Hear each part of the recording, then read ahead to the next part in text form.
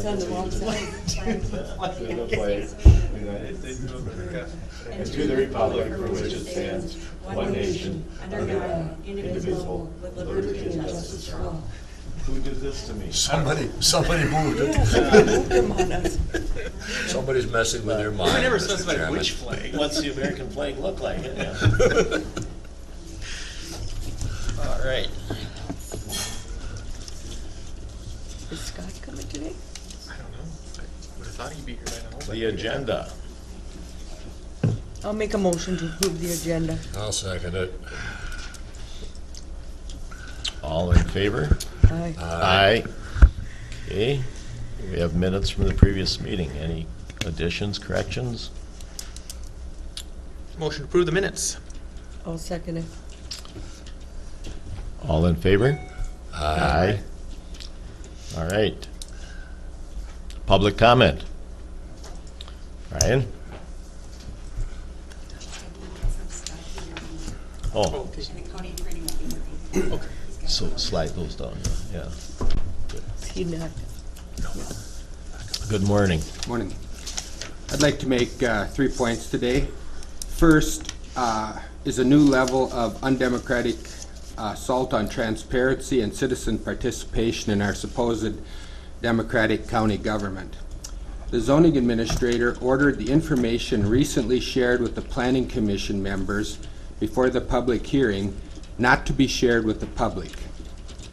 An attempt to prevent the public from being fully informed concerning the issues discussed there. That doesn't seem like transparency to me. Even worse, the site visit was specifically structured with only a few members at a time to prevent a quorum that would require a public meeting and thereby prevent the public from seeing the level of violations and non-compliance. Even worse than that, the zoning administrator was heard to say recently that he does not care about public input because we are not scientists and lawyers and don't understand the issues. First, I am a scientist. Second, we have jury trials because you do not need to be a lawyer to know right from wrong. If he wants us to believe he intends to do the right thing, this is not the way to go about it. Second, the zoning administrator has refused to certify non-compliance on the Skyline Quarry, even though the MPCA has ruled them in violation on top of a long history of violations. This is reminiscent of the Erickson mine situation, where after the district court ruling of violation, the same zoning administrator refused to certify non-compliance even after citizens requested he do so. The ordinance is clear that he failed to take the appropriate action in both cases and instead favored the miner by doing everything possible to create the false impression that these violations were not a big deal. This also keeps the violation off the mine's record and protects them from future accountability. Third, the intent of several Planning Commission members was made clear by their using their voice to recommend various workarounds to the mine operator rather than vote to enforce the ordinance as written. There is again a 60-day delay to create a way to enable a non-compliant mine to be permitted. The last time you approved a permit for a mine with current ongoing violations, it cost the county and the citizens who are being violated many thousands of dollars. It took years and a court case to get the issue settled. In the end, the district court said your decision was a mistake. Justice was never delivered. It looks like you're going down that road again. There seems to be an inability to learn from past mistakes. I was going to ask Scott, but I'll ask Teresa and Fred. Would you tell the public what it would take for you to vote in favor of enforcing the ordinance on mining, given your refusal to do so in the past?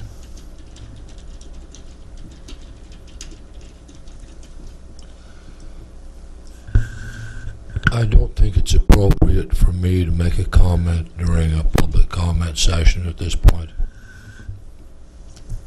That's true. I assumed that would be your answer. Thank you. Right, I would just comment that I'm not familiar with your, with the planning commission references you made, so I will use the tape and go through it with Aaron and see what explanation he has, because I'm sure he has one. And Could we have a meeting with the people that are actually involved in the case? Because just hearing from one side of this will not produce justice again. There is a song and dance that we go through repeatedly in this county, and we'd like to actually get to the bottom of these issues at some point. Well, let me talk to Aaron and I'll get back to you. Okay. Thank you. Engineer Pogodzinski. Good morning. Good morning. So, first item I have is adopt resolution 17-58, approving the final estimate for project SAP 028-627-009. It's a box culvert slash bridge project on County 27, just outside of Spring Grove. Original bid was $136,396.81. Work certified $141,610.53. So there was a little bit of overruns on some quantities, but overall they did a good job. Work's done. Vegetation's established, ready to be closed out.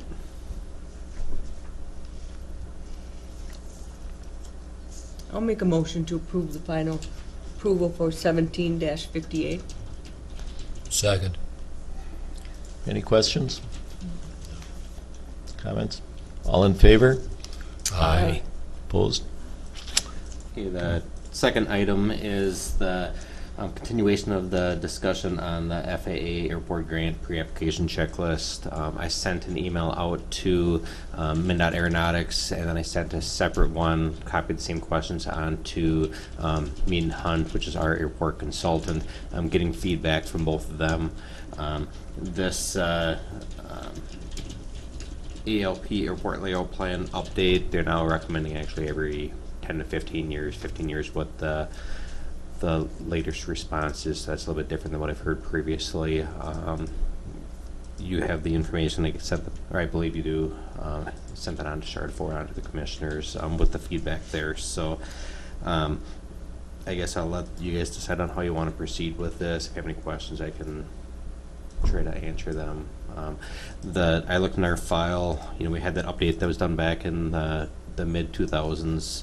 I could not find anything else in our file previously on record from when that airport layout plan was actually updated through the entire process. So we don't have a copy of any approved plan in our file prior to 2005's draft.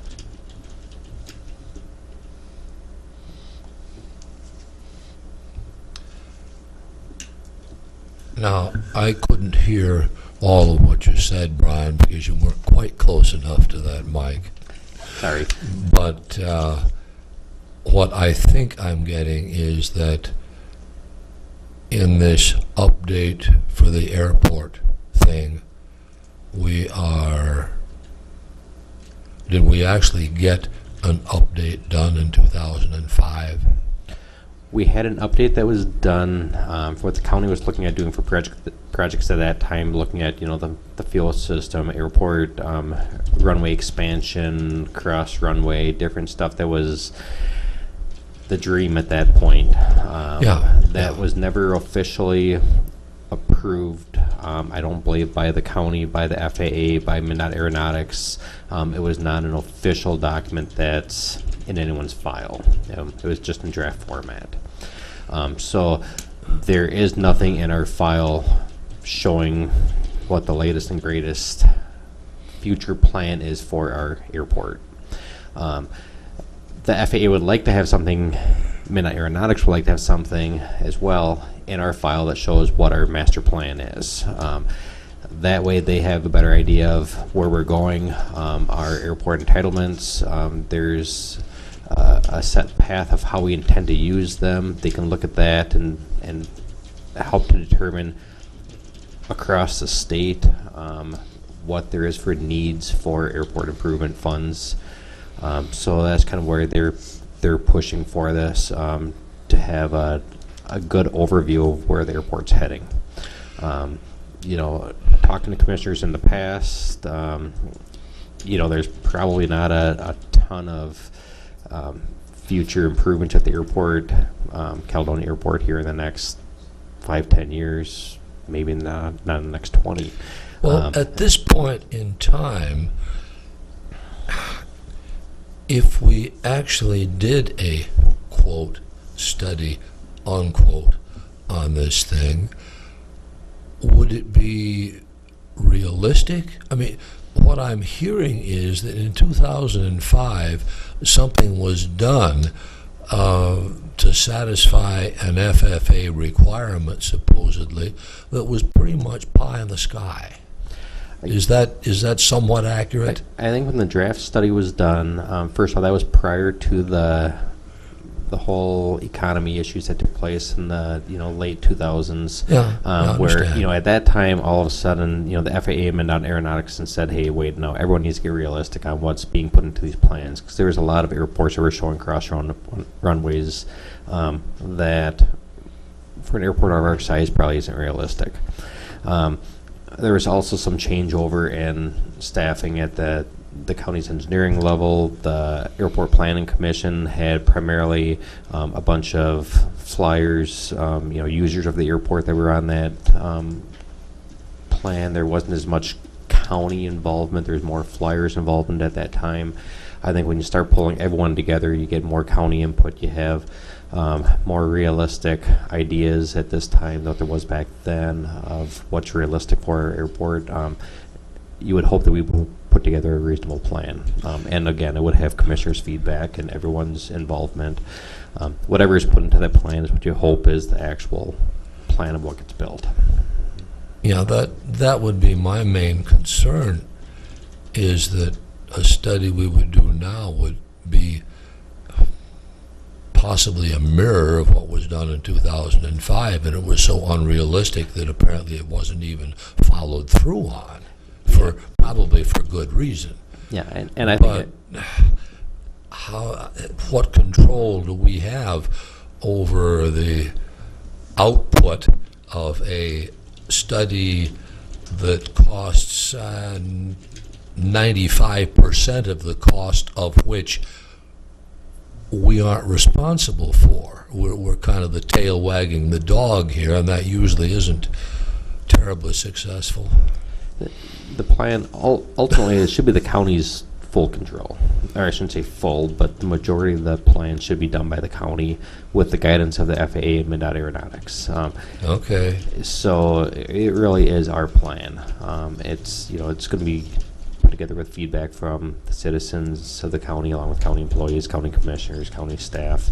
The FAA and Minot Aeronautics, they're going to be there for the technical expertise and the guidance of,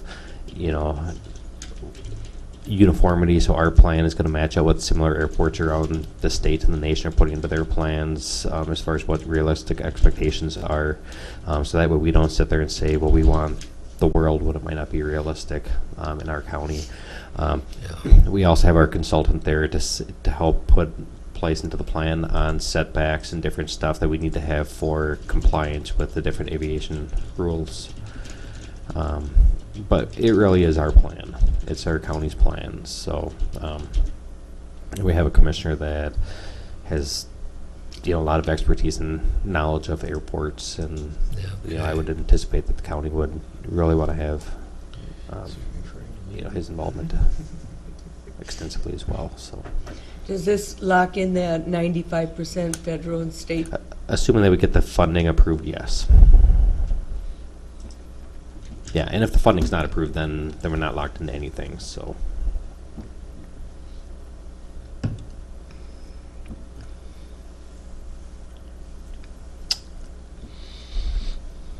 Dustin, you probably have more input than I do, but reading through all this, it does sound like that we'd be looking to the future and we've had some control over a plan.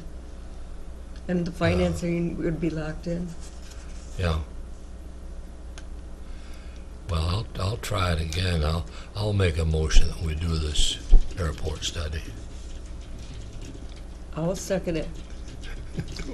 Questions or discussion? No, I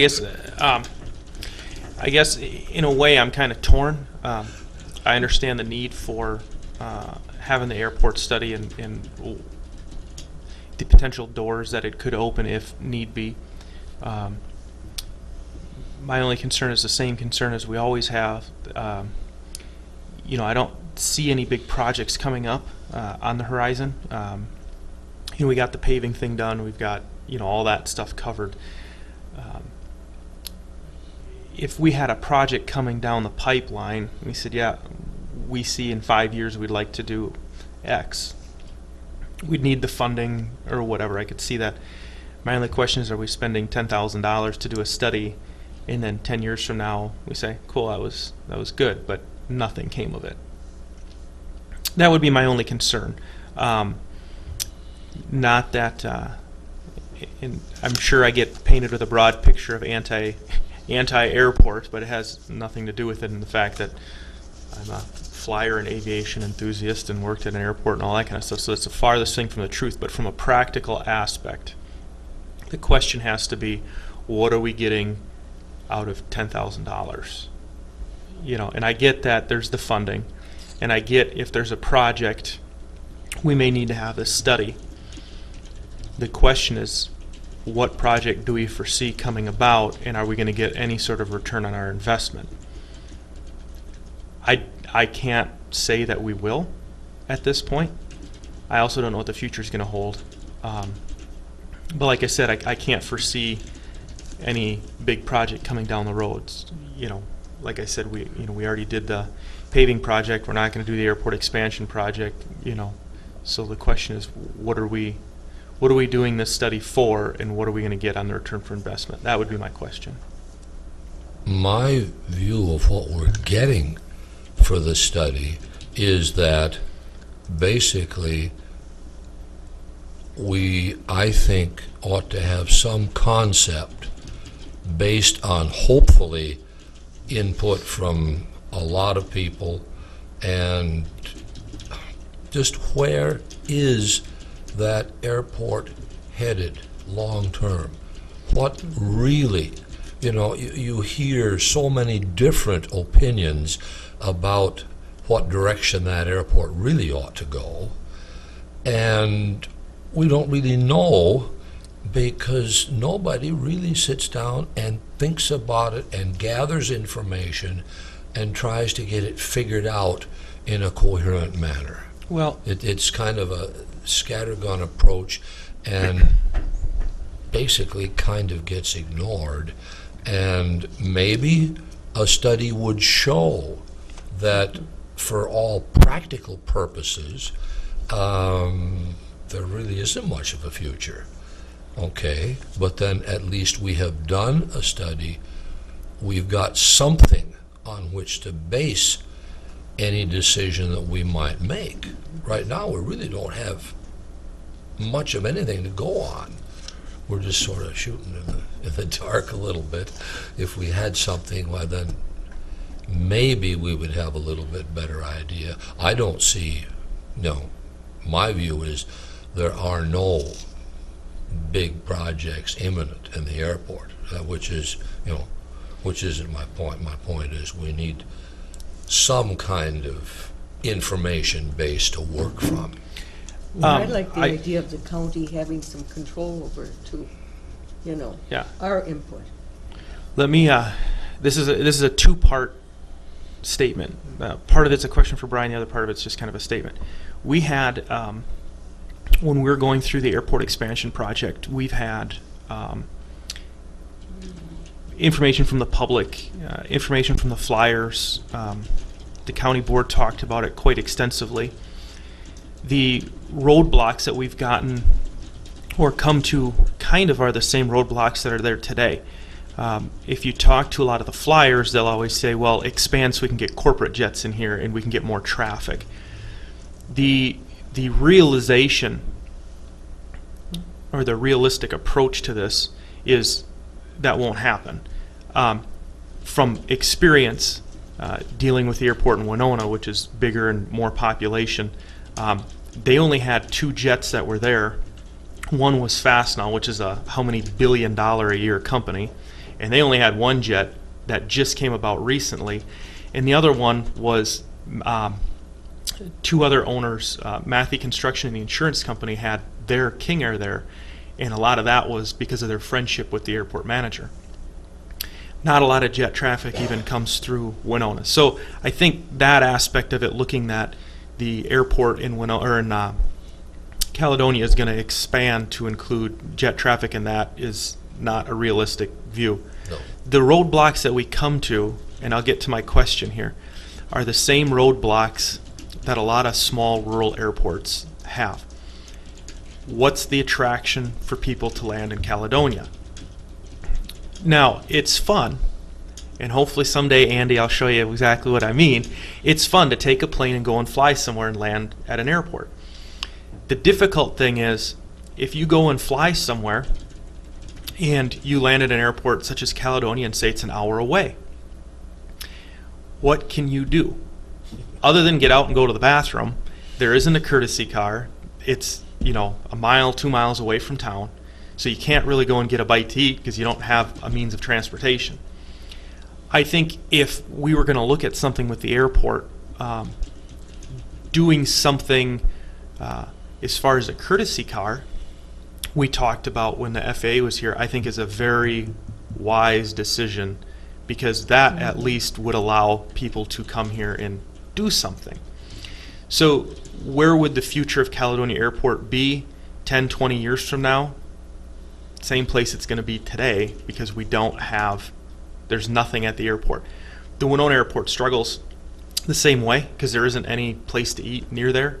There's not really a courtesy car per se, and we got a lot of phone calls when I was working there. People would say, do you have a courtesy car? No? Okay. And they wouldn't land there. They'd go to somewhere else that did. Or do you have any restaurants to eat at? No? Okay, we're going to go somewhere else, because that's what most people that are poking holes in the sky want to do, is go somewhere and go grab a bite to eat and then go home. And so that's why I say it's difficult. Is there really going to be an expansion project? Probably not, because people aren't going to fly in a corporate jet. I mean, what businesses here need that? If they do, we don't have a car to get the people from the airport to the business. So that's where the struggle is. And I think, like with this study, I think that's what you're going to find. Could we try and remedy that? Sure. But for $10,000, you could buy a heck of a nice courtesy car and not have to go through a study. I guess that's my question. Yeah. So I understand exactly, Fred. Would you find out a lot of information? You would. I think that's the information you're going to find out. Okay, I have a quick question. 2005 study was done, is that correct? Yeah, wasn't it? Yeah. And it still holds 12 years later? That study was never officially approved by any of the entities along the way, so essentially it was just a draft format, got to a certain point, and... So if we approved a study now, its longevity could be... The study that was done, the FAA and Midnight Aeronautics would not sign off on that study at this point. There was too many, I don't know if I want to say flaws, but there's things in that study that would not be approved by the FAA and Midnight Aeronautics at this point, so it would need to be So we'd redone. have to do a new... It would have to be, okay, so we do a new one, hypothetically, okay? Then that's good for how long? Brian, do you have any documentation of when the last approved study was done? The last approved study, I believe, was done in the 60s, In the 60s? and I don't have a copy of that study. Yeah, okay. Might last quite a while. We ain't gonna see it. Yeah, And some of it, how long the study is supposed to last, depends on what's happening. So the more improvements, the more changes happening within the community, within the airport, the more often the study should be updated. Because, if the study says you should, put put in a fuel system, put in new bathrooms, repave the runway. And we're If that's past. the previous study done, if you do all that stuff, well, your study's outdated. If your study says, you want to maintain what you currently have, and that's all you need to do for the next foreseeable Okay. future, that study's going to last a lot longer. So Right. there's a lot of Well, let's have a decision on this. Well, last question, funding for this, where are we thinking it'll I think- come from? Carol answered that there would be, It would come Funding. from the general revenue fund. right. We have a budget surplus in our levy, Sure. $10,000.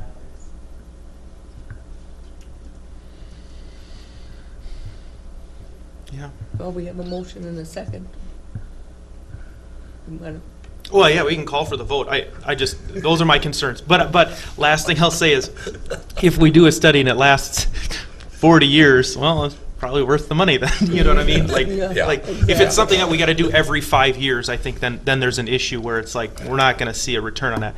If it's something where it's broad enough to say, hey, this is, what do we see? And maybe we will find some stuff out, that maybe there would be small improvements. And there would be, I think the hangar situation could get remedied or changed, as far as that. And I guess I would like to see at the airport, and I'll get off the soapbox here, but the changes that I think need to occur there is we need to get a handle on the hangars. And as far as we own the land, the hangars are owned by somebody else. We do have an issue with the hangars basically being in the way for a different approach to be certified by FAA and MnDOT, and we have the issue with the courtesy car and that kind of stuff. I would be for doing something if we could try and figure out a way to remedy that, whether it be moving the hangars, buying the hangars out and moving them, or those are the things that I think need to happen. I don't think it's going to be major changes. No. But getting a handle on that, I could see. No, realistically, there's not going to be anything major. I agree, Fred. Yeah. I'm just thinking I might talk to my youngest grandchild to see in 40 years what actually occurs. Yeah. So. Ready? Sure. All in favor?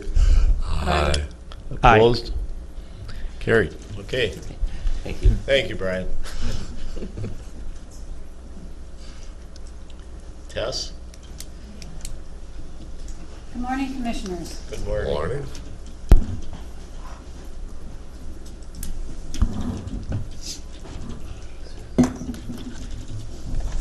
Information Technology Director and I have met on several occasions to discuss the vacancy in his office, to go through different scenarios for staffing, looking at the work, how it might, is there a different way to process it and all, and actually came back full circle to where we started. And so with that, today, we are seeking the board's approval to staff to do a competitive search for a network help desk technician. And this is to fill the vacancy that was left with Jeremiah Shaver, when Jeremiah Shaver left. So is there anything you want to add to it?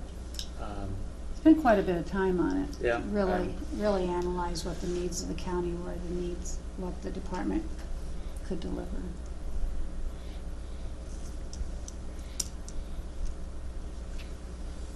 I'll make a motion to approve the search for a network help desk technician.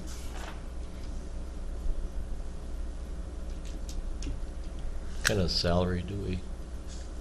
Hang on, second. You made a motion. I made a motion. Oh, I I'm second sorry. it, yes. Oh, okay. No. Discussion? Okay. What kind of salary? You do we- did second, right? Yeah. Okay. I didn't hear your second. I I'm have sitting quite a to- ways away. It's up here. Oh, that's all right. I don't have that right in front of me. Well, okay, you can tell me. I'm just, It's a I understand things somewhat change, but if I competitive remember when I was here previously, 5 years ago, whatever it was, we had Andy. And now we're approving a third.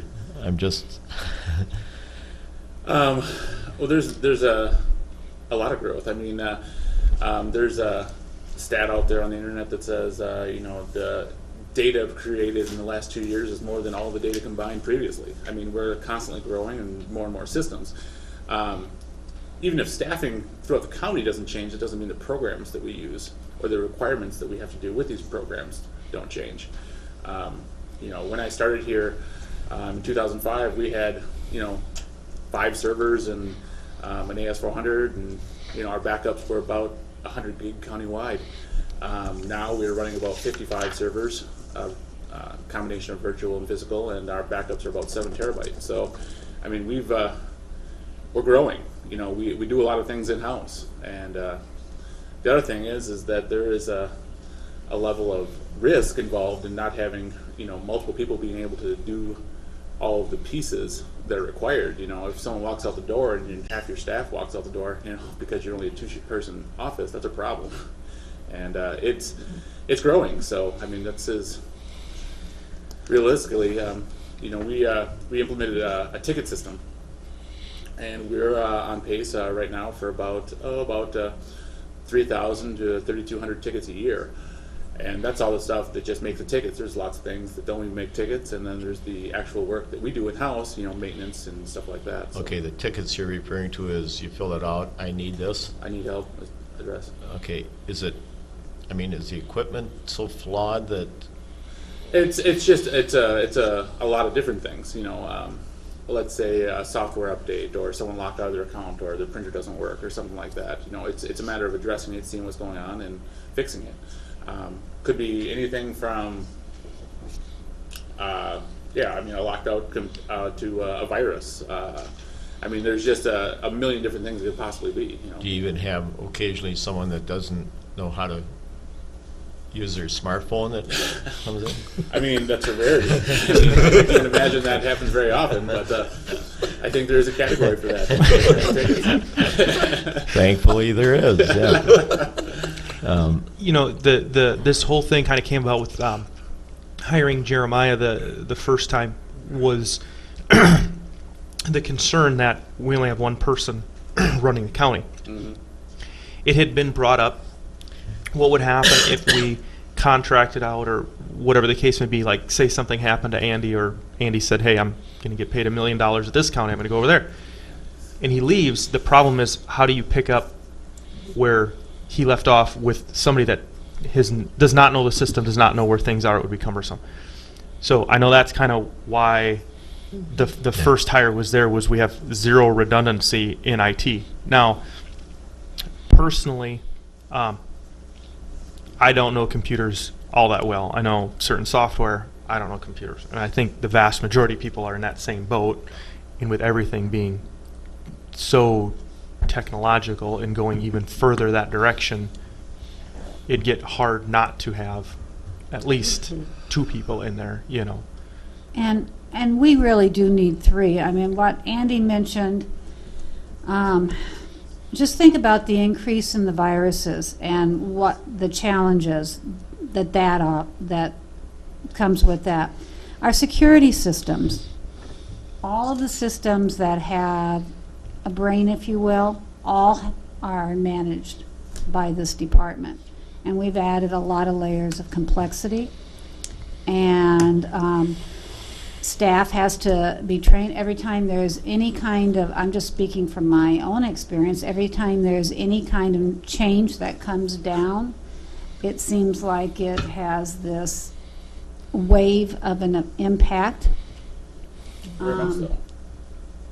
And that requires just the help desk alone, not to mention when things just go south and you can't pull your data up and you have deadlines that you have to meet. And I think the department has been very frugal. We really looked at this to see if, because we were felt committed to trying to make sure that we operate at the most effective and efficient manner possible, to see if we could maybe get by with something less, and spent a lot of time on it. And I appreciate the time that Andy's put into it with my office, and that's our recommendation, unified recommendation, that we go forward with this search at this time. Ready for the vote? Well, I'd like to sort of ask a question.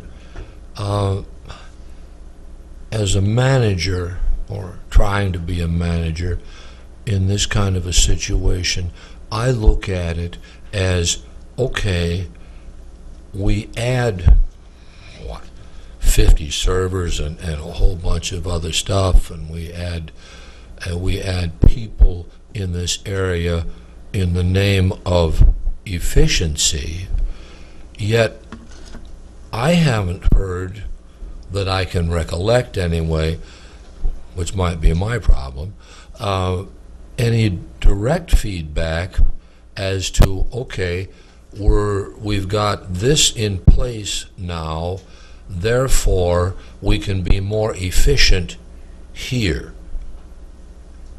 You see where I'm going with this? Sure. I'm trying to play the efficiency card, Sure. because that's kind of where you're coming from. I'll give you a Well, recent example, if I might. I can give a reason. Okay, We go just ahead. recently added the appointments module, and we also just added, well, we're working on adding on Northwoods in the social services department. I mean, there are two new Yeah. systems that are coming in that have to be put in, have to be maintained, and, you know, their return is coming through the way the other departments are staffing and doing their workflows. We serve the entire county, you know, all of the departments. So whether it's a records management solution in the sheriff's office or public health software, I mean, there's just, it's every facet. So to say, well, directly from the IT office that we saved X, Y, and Z, I mean, you'd have to look at the bigger scope. You'd have to look at the entire county. which is what we try to do. Yeah. Yes, Yeah. I know. And sometimes things get a little bit fragmented, and people sure. get this way, and yeah. Yeah. Commissioners, could I just make one comment on the efficiency part? I'd just like to speak on behalf of the IT department. As far as I'm concerned, they've improved efficiency greatly in our office as far as Andy is very willing and able to take care of our needs with our security system over there, whether it's e-card access. He's constantly over there making corrections or fixing errors with our system in the jail, which normally we'd have to rely on manufacturer to come and fix that, and then there'd be a bill with them. So Yeah. I think as far as efficiency, the IT department has helped greatly there. And I think that's great, but it begs the question of what kind of programs are we involved with? I mean, it'd be like if you had a car and every week you had to take it into the garage. Let me That's tell what you- that's what it sounds like. And I don't leave to Andy because that seems like technology. You know, Yeah. That's a funny analogy, just because people always say if your Thank you, Sheriff, by the way. I'm sorry. computer ran like a car, or your car ran like a computer, you'd stop on the side of the road and restart it every 15 minutes. You know, it's just the nature of the beast. I wish that I could say that every computer is going to go in, it's going to work flawlessly its entire life, but there's so many. Every computer is so tailored to an individual person and task that it's impossible to say that everything is flawless. You know, we can get updates from a software vendor that all of a sudden the program worked great on the current hardware. Everything was glorious, and then the software company puts out an update, and we update it. Now something else on the computer doesn't work because this update now conflicts with it. I mean, there's so many different variables. There's no way to say, yep, it's in. It's going to work perfect from now on. It's just not going to happen. So. And I'll give one more example. You know, the county really analyzed its GIS needs, and we contracted with Schneider. And the IT office was intimately involved with a lot of the work that is done there. So, yes, we can come up with dollar and cents examples of where we have gained great efficiencies through the use of technology, but it isn't without its complexities. Yeah, those are the kinds of things I wanted to bring out with that question. Thank you. Well, and I think too, Fred, I agree 110% with where you're looking at it too. You know, the efficiencies we look at. In this day and age, we're not going to lose jobs necessarily overseas as much as we're going to lose to automation. And I look at that same line of thinking here. You know, we have all these programs that we can do and all these computer things that we do, and I think that's kind of the question too, is if we're adding all this, are we finding efficiencies where now this is no longer needed? Yeah. And those are the questions and I think. Obviously, we are. Yeah, and those I think are the questions that we as a board are going to be looking at when we look at staffing levels later on. We look at the programs just in the last probably 3 years, maybe 4 years. I look at like Bev with you with like e-recording stuff was huge, and in human services stuff that you guys went through, and like the sheriff's department. I mean, it seems like every department's getting some new software that's going to require this, and every piece of software usually has an issue somewhere, sometime, how to run it, what to do. So that's just, I think, the way the world is going.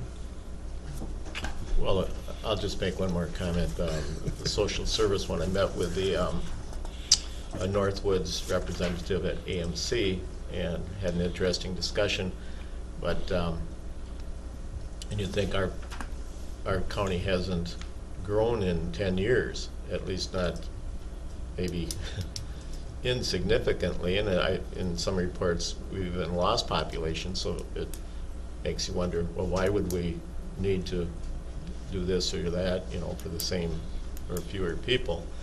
But I keep seeing things that when I was younger we didn't even have, autism, didn't even know what it was, and so obviously as our population changes in many ways, what we do to deal with them needs to change with it, I guess. So makes sense. But anything else? All in favor? Aye. Opposed? Thank you, too. Do you have more, Tess? I do, Commissioner. Environmental Services. We ran a competitive search for the environmental specialist. You have that in front of you. We're very pleased to say that we have a recommendation of an Amelia Miners, who is a biologist. We are recommending her hire, B24, Step 1, at a rate of $18.30 per hour, effective January 2nd, 2018. As a biologist, Ms. Miners has worked for the DNR both in Wisconsin as well as with several divisions of the DNR in Minnesota, and the committee was very pleased with her ability to relate to the issues that we discussed. Obviously, that we have an environmental services office for inspections and working with folks and coming up with alternative solutions and trying to be a partner with our residents here and finding those solutions that would be appropriate. So we're recommending her hire. Starting January 2nd, 2018. I'll move that we do it higher. What's the proper wording? That we hire Amelia Miners as a full-time probationary environmental specialist. There you go.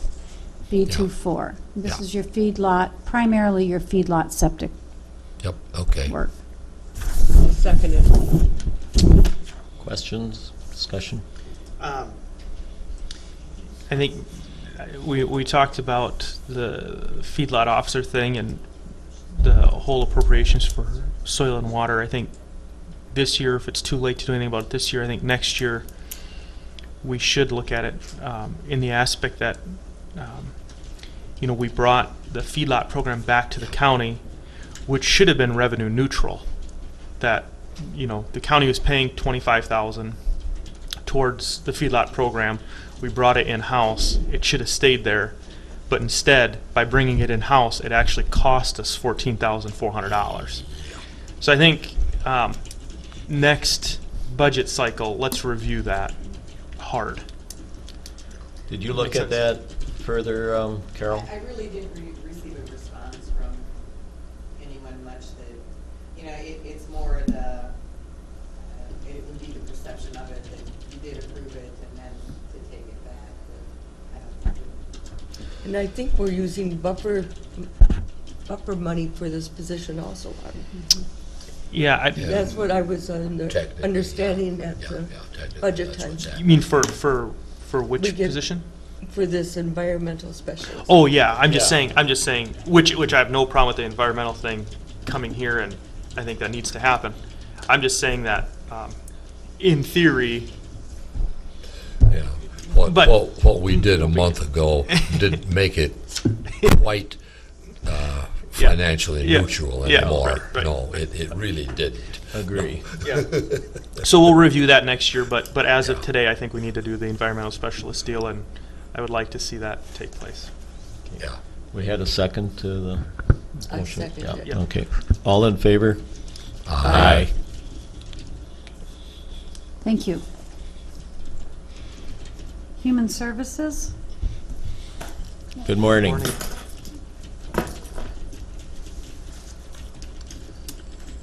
And we are asking to remove from this week's consideration that we will address next week the forensic position as well as the child support officer position. So we're taking that off of today's agenda.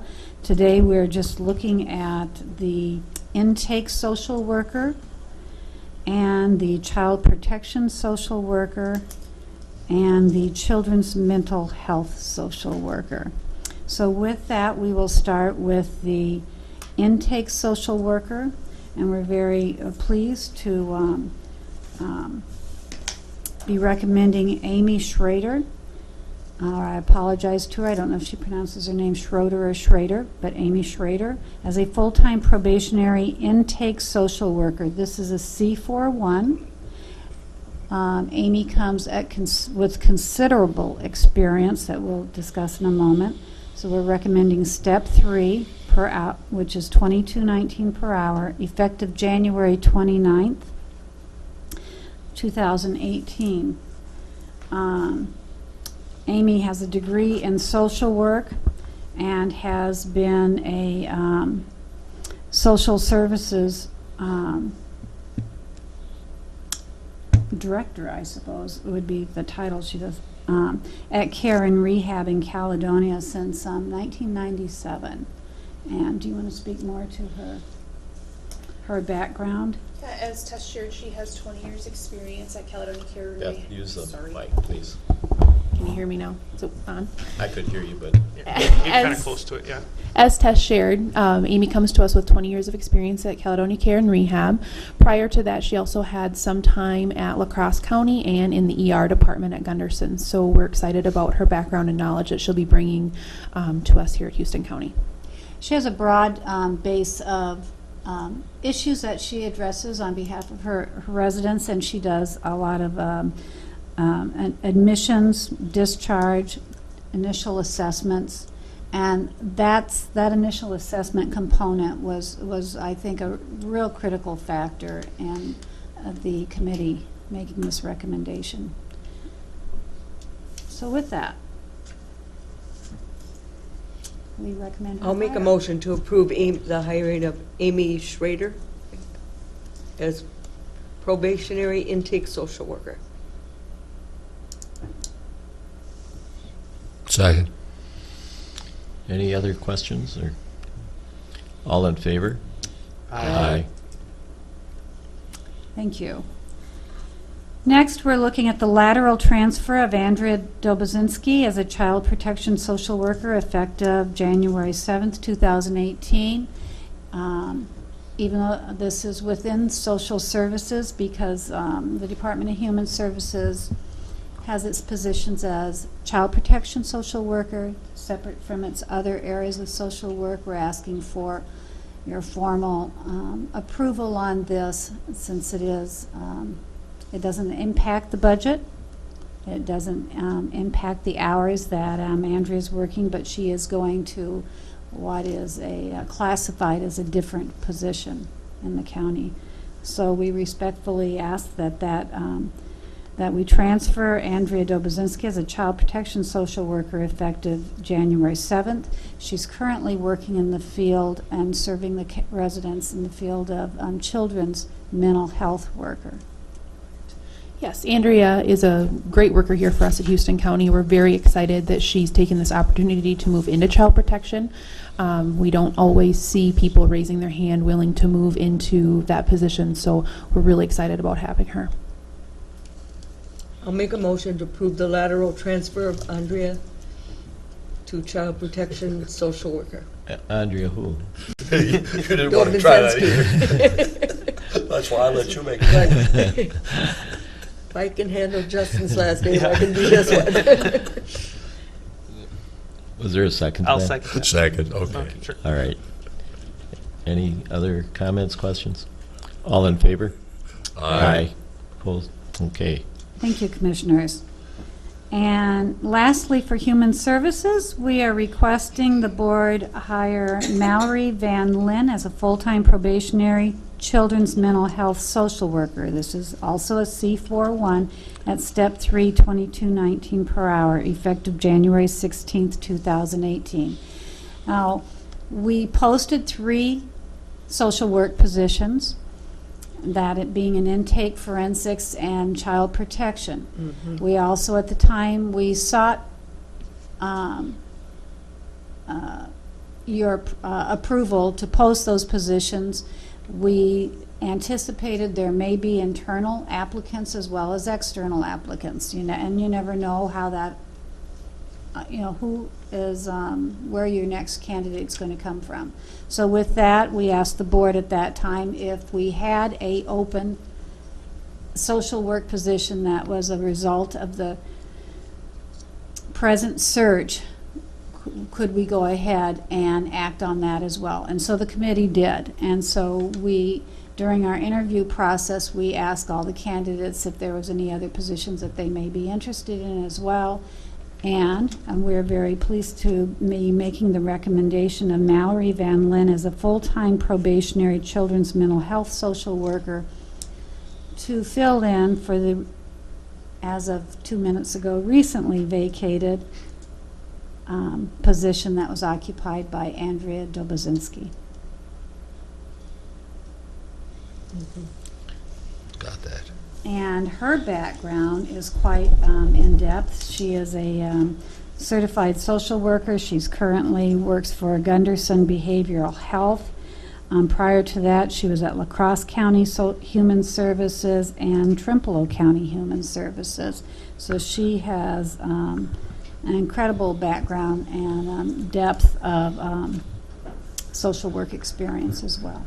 Right, and the majority of her work experience is in the children's world, so we're very excited to be having her to join our children's services team in children's mental health, and having some background in CP as well. So as we do some cross work between the 2 departments, she's a great addition.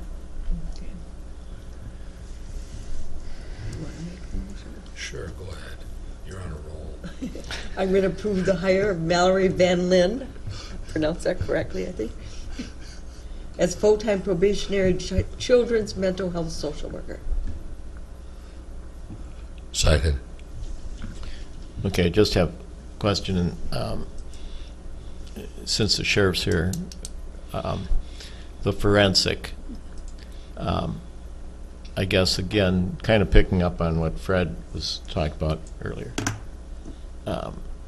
Approve, but are we going to see more efficiency, more positive outcome? That's to be seen, but the forensic one particularly, sure. What would you expect that we as a county would see as a benefit in the long run?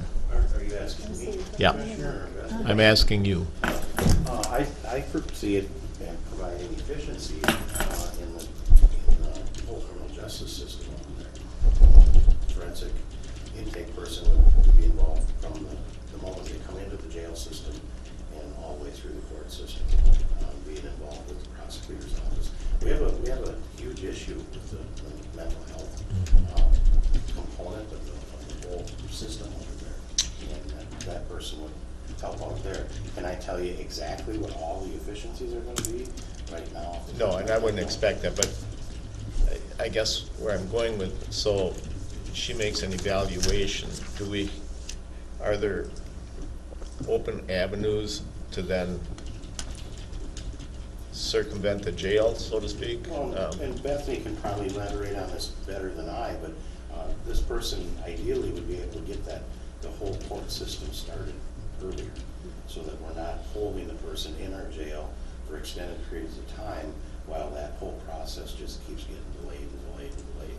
If they can get the process started immediately upon the initial appearance of that defendant, that will speed the process up considerably, and we can get them out of our facility into a facility that they need to be in, quite frankly. Okay, we've heard previously that Houston County has substantially more commitments to mental health than surrounding counties, and I guess I haven't gotten an explanation as to why that might be, and whether maybe there isn't a clear-cut explanation, but would this maybe play into that? This could definitely play into the commitments. I mean, we see this coming from a few different areas, so it's not strictly to keep people out of jail, but and I don't want to use the word diversion because that's not an appropriate word either, but we'll be assessing them as they reach the jail on what is appropriate, what are appropriate services and recommendations as they leave the jail. So hopefully they're leaving the jail to maybe a meeting with workforce or a meeting with their probation officer already, which that's not maybe the best example, but setting up the services as they leave. We also are looking at this person working with our juveniles that are coming in, and right now a lot of those juveniles are going straight to placement, and placements are costly. At that point, when they're in that pre-adjudication phase, so far nobody has had, again, control is not the correct word either, but nobody is managing that case because probation doesn't have them yet. It's not law enforcement's duty once they've been brought into the justice system to manage them. And so we're going to have that person meeting with the family before a court hearing, talking about alternatives to placement. Maybe it's electric home monitoring or drug testing or checking in with their workers at school, but maybe we can eliminate them going straight to Von Wald or to a JDC and sitting there for a few weeks. What was the first one? Von Wald in Rochester, where a lot of our juveniles go. They're probably going to still sit there for the night or the weekend that they're picked up, but maybe we can avoid them going back to that placement.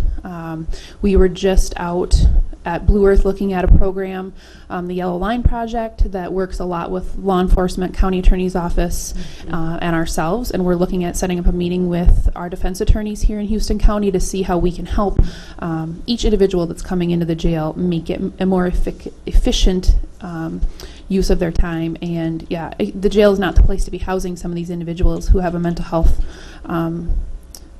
situation. They're not being treated effectively, and then we're letting them go after they've sat their time without services in place. We're going to see them come back. Yeah. Okay. The effectiveness, it's going to take us some time to see that. We have some ideas of where we're going to see it, and we can keep you up to date on that. But we hope to. Thank you, both of you. We're kind of on the cutting edge of this, so to speak, a little bit. And I think it's great that we're taking that step forward. All right. Okay, anyone else? All in favor? Aye. Thank you very much. Yep, thank you. There are two other items I placed on the agenda for board consideration. One is the establishing the 2018 salaries for elected officials. And the other is the Board of Adjustment policy for filling vacancies that I was asked to bring back. So both those are on the agenda for your consideration. Now, on the elected officials, I have provided you with the 2017 salaries for your reference and information. And I'll turn that over to you.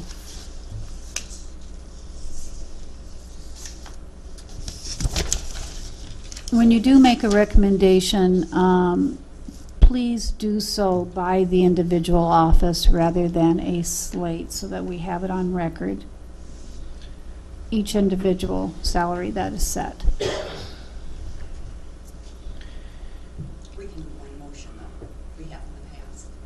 Have you? I've always been told to do it by individual offices.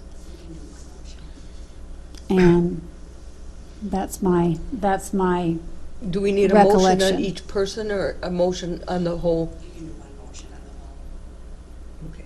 if you want to. Yeah, and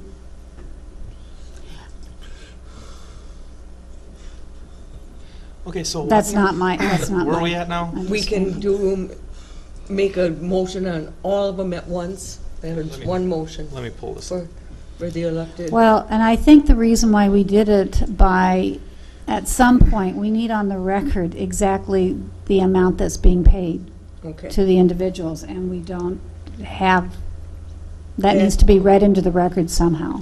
So you just want to have, just basically say for the office of such and such for the 2018 salary.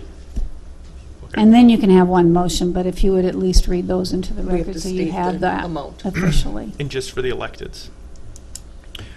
Here's the discussion that I think needs to be brought up. I've talked to Jack about it. I've talked to Fred about it. When we look at doing budgets and salaries, we've got union negotiations. We've got elected and non-union representation. What I have been seeing over the last 7 years that I've been here, at least, we've got all these categories, but it seems like you've got union and non-union, which are employees. And then we've got elected officials. However, elected officials are being treated as regular employees. I think we have to set the elected officials by law, by statute, in December for next year. That's right. So they're kind of a different category. It's not Well, negotiations. I'm looking this a lot deeper than that. Oh. What ends up happening is, over the years, we've been elected officials run for an office, and I'll explain why this gets sticky. Elected officials run for an office, but then getting steps and pay increases and stuff like a regular employee, an elected official is being treated like an employee, but the protection, or being, I guess, treated like an employee, but the protection of an elected official, if that makes sense. Where it gets to be a little bit difficult, we saw in the last election cycle, or maybe it was 2 cycles ago, I guess it was, but you have, and I'll pick on a few elected officials because of the example. You have some people that are elected and they say, well, I think I should have gotten this amount of money because of my past experience or because of, X or Y. The problem is we can't change based on experience when you're paying for the position, not the person. There is no requirement for some elected officials for their for that office. There are some minimum requirements for others. So if you had somebody running for an office that had a double doctorate in quantum physics and somebody else that ran for that same office that dropped out of 8th grade, technically that position is getting paid this. It's not, well, your salary be determined based on who wins the election. It needs to be posted prior to election. This is what this position pays. This is what you're running for. Now, I'm on the belief, being an elected official, that that salary should be set for that term. Now, you could say, and where it gets difficult is you could say, well, we're going to set the salary, but then you're going to have increases with COLA. Well, again, like the Board of Commissioners, we haven't had any increase. After the end of that term, you can look at setting it for the next term so that people know when they're running for this office, this is what you're getting paid. Right now, we have an issue looking forward where some of these offices, if somebody sits in a chair for, a long period of time and keeps getting reelected, which is great, but if they're continually getting the steps and the increases and stuff, you're going to have a pretty expensive office for that elected position. Now, I get you could still get there by saying, well, this year they pay $40,000. At the next election, we're going to adjust for cost of living adjustment, and now that salary is at $45,000 or whatever. I get that.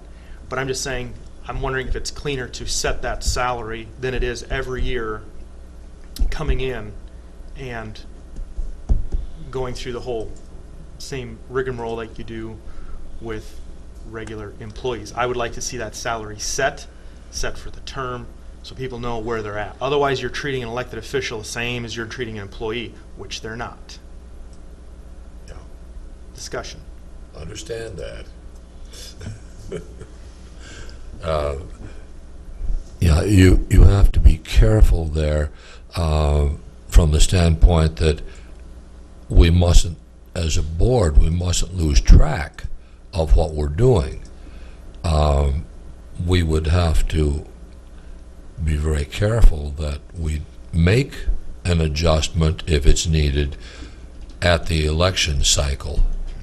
Or ideally, we should be making an adjustment like back in May instead of in December, so that the people that are actually running for the office would know. Right, and that's where I think doing it now, when people don't have to apply until May, they would know if you set that salary now for this, they would know when they apply in May, this is what I expect to get paid. You know what I mean? Make sense? Yeah. So I agree that it needs to be done prior to the election cycle, you know, yeah, Yep. exactly. Yep. Except Not I think after the the fact. statute tells us that we set the salaries in December. Right, but by setting it now, you're setting it Each year, for that. each Yeah, year. you're setting it then. Yep, Yeah. so then That's why it's it's always set on prior in to December. this May's election cycle. You know what I mean? If you say, okay, we're going to set this, this is what it'll be for, you know, like we do a 3-year union contract. This is what you can expect over the contract. This is what you can expect to get paid over the course of this term. Well, if you set that now, when somebody applies in May to run for that office, they know, yep, this is what we can expect. It was set in December, what this next, you know, cycle is going to be. But in effect, wasn't that done a year ago? Wasn't there an adjustment made a year ago for the officials we're talking about, except the board wasn't changed, but I think some others were. So haven't we already done that? Well, what I'm saying Or is, has it the previous board done it? well, what I'm getting at is not setting it every year. Every year, we're Yeah. always setting it. Every single year, we're doing that. And then we have the issue of, well, I'm an elected official, but I should still get the steps and the increases like a regular paid employee. Yeah. If you said, we're going to set the elected officials, this is the office, this is their salary for this term. Yep. At the end of that term in December, we will set it for that next incoming term, so that everybody knows what they can expect prior to applying for that in May. But they don't take office till January 1st. Until next January year. of the next year. That's right. But, yeah. That's right. But And that's we're already not set. setting step system, we're only setting the salary for the position for next year. Right. I'm saying this discussion needs to be bigger than setting a salary for next year. I think we have to do it every December, no matter what. I mean, I don't think we can set it for 3 years. I think it's statute, maybe I'm wrong on that, but that's what I had written down, is it's a statute that every December, we set the elected officials' salaries, period. Not the step systems, nothing, just the salary. I understand that. And we can't do it for a 3-year term, we have to do it every December. What I'm saying is you have issues where if an elected official comes in and they're here, do they get steps as though they were an employee? No. If you are here, I say the board needs to set the salary, and if you have to set it every December at the same amount, fine. What I'm saying is we should have some sort of an agreement that this is what you get paid for this term, and after that term, there will be a review of that. That's all I'm saying. So could you set it now? Yeah, we need to set it now. But what I'm saying is we need to have further discussion as far as, are elected officials employees or are they elected officials? Because right now, it's a pretty mixed gray area. I would just weigh in that I'm in favor of setting it prior to an election cycle so that the electorate knows we're voting on this these people running for this office and the salary will be X amount. We're not asking the electorate to say, we're voting on them at this amount, and then we're approving whatever the unions get Right. after that. I don't believe that's the way it should work for elected officials.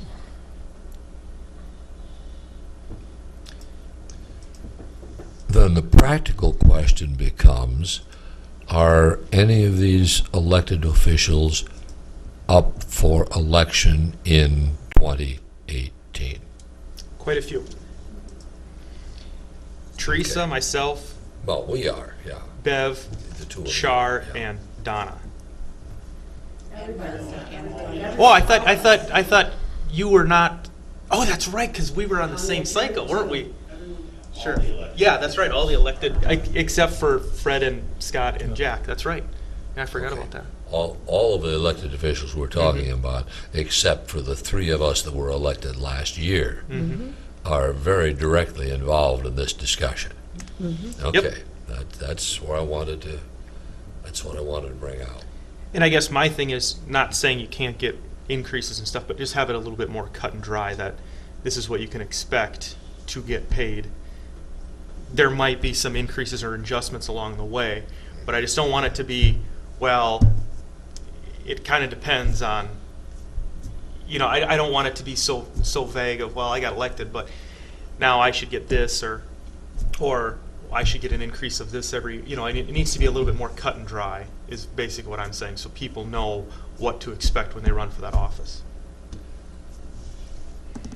Commissioner, if that's the route you go, then are you going to do some type of comparable study to other counties that are similar in size, or are you just going to pick a random number that? Well, see, the problem is that's where we're at right now. Every single year that we go through this, it's always, well, this county gets paid this county gets paid this. So we know as of right now where we are. Where the salaries. I'm not saying we make an adjustment and say, well, the sheriff only gets $30,000 this year. What I'm saying is whatever our salary is now, like that we agree on, and we say this is what we're going to pay. All I'm saying is that we may have to look at that. Do we pay that amount and then every year come back to the board for a cost of living adjustment, or do we say over this 4-year cycle? I'm going to pick on you for a second, just because, and I don't even know what you make, but figuratively speaking, let's say, for easy numbers, let's just say, pick a number, 100,000. So let's say you have an elected person makes $100,000. Do we say, okay, we're going to approve, say, $102,000 for this office over the next 4 years? You will get paid that same amount for the next 4 years. Yep. Then after 4 years, we come in and say, okay, now the next year, because of cost of living adjustments, you will now make $105,000 over this 4-year term. Okay, versus, well, you got $100,000 this year. Okay, well, now next year when I come in, because the union's got this and because of this, I want a 2%. You know what I mean? It's always, having it a little bit more cut and dry that this is what we can expect for a payment for this 4-year period of time. We can take into consideration cost of living potentially over that 4 years. Maybe it's a little bit more. Say you make $100,000 now, maybe it's $102,000 over the 4-year period of time. So you're kind of getting that average in there, but it's going to get adjusted every 4 years instead of every single year. What I'm looking at is saving a lot of people's time and money. You guys come in every single year asking for this, and we always go through this whole argument of, we should get this elected, or the unions got this, but non-unions got this, and this county got paid this. I'm just looking for a little bit simpler, cut and dry. This is what we get. We don't need to come in every time, because we know what we're getting paid at the next elected cycle. When somebody runs, this is what they get paid. Just a little bit cleaner than always having to come in and bargain all the time. That's what I'm looking for. Is there a Bev? Excuse me. So, Justin, are you saying that, say I'm up for election and I would lose, God forbid, lose the election or choose not to run, that somebody else coming in is going to get the same wage that I have after 20 years? Absolutely. And the reason is we pay the position, not the person. And I'll give you an example. And he's not here to defend himself, but this is a good example. When Sam first won, he came in and said, well, I should get paid more because I could have gotten this in a public, or, in the public sector, which is his argument to get paid more, and he should argue to get paid more. The problem is, if you had somebody that was sitting on the U.S. Supreme Court that ran for county official, and you had somebody else that just passed the bar, do we say, well, we don't know what we're going to pay this position because we don't know which person's going to win? It's not who wins, it's this is the position, this is what you get paid. Same thing with Congress. So Congress gets $175,000. Doesn't matter what your background is, this is what the position pays. Now, there are certain things, the sheriff obviously and the attorney have to have certain requirements in order for that position.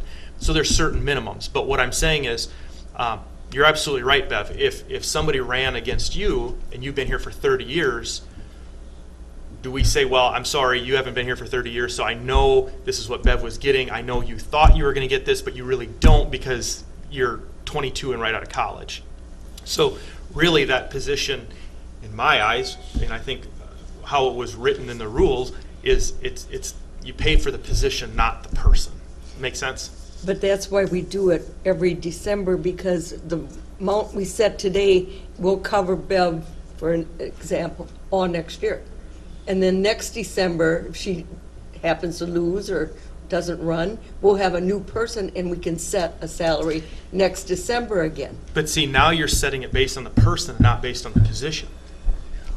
But we only do it every December, and by statute, we have to do it every December. I agree. So we but could change, if we had a brand-new recorder with no experience, we could make a decision saying, I just prefer to give the new recorder 60,000 instead of 67. I know, but You then can. you get into the I question that, because now you're getting into the question of you're paying for the person, so now you're discriminating against the person because of their experience or because of who they were or what they did before.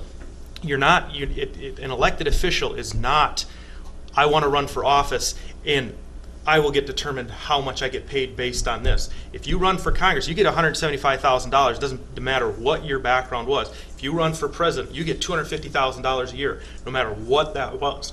Now, as a commissioner, that's the same thing as, should I get paid more than Fred because I've been here longer? No, I'm a commissioner equal to Fred.